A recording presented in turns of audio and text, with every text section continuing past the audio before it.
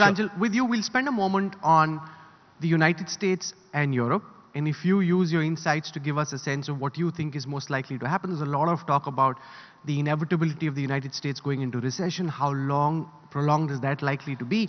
And given the energy crisis in Europe, how you see the European economic situation go from here?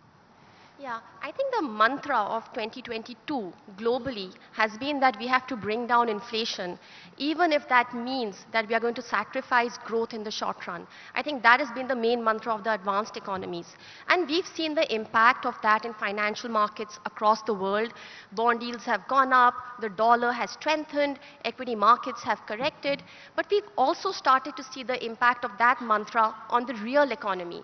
You know, we're seeing how household mortgage costs are rising, how household construction affordability is falling, how consumers' real purchasing power is falling, how consumer confidence is weakening. You know, all of these things are coming out of the advanced economies. Now, we are not really forecasting a synchronized recession globally, but what we are forecasting is partial recession. Several countries, several sectors, several households, several corporates are going to go into, recession like economic status over the next year.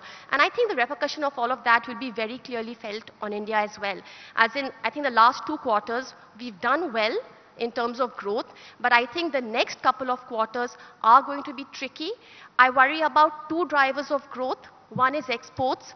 A lot of us don't realize the important role exports have played in India's post-pandemic recovery. Just compare June 22 to June 2019. GDP has grown 4%, but real exports have grown 20%. Exports have been a key driver, but now exports volumes could decline, will likely decline over the next couple of quarters, and that will hurt our GDP. And the second thing is pent-up demand. You know, we came out of the lockdown, we started spending, we've spent a lot, we've taken that extra holiday, but at some point with high inflation, we will stop spending. That pent-up demand will run its course. And I think that is also something that's going to sort of hurt growth. So I think the next couple of quarters, we have to be careful that growth will slow a little bit. We shouldn't get, roiled about that. Instead, we should focus on macro stability, keeping inflation low, keeping fiscal deficit on a downward trajectory, keeping, the exchange rates more stable. And I think if we've got that sorted out, then once the global cycle turns, then we will be able to ride high again. If you like the video, do like, comment, share and subscribe.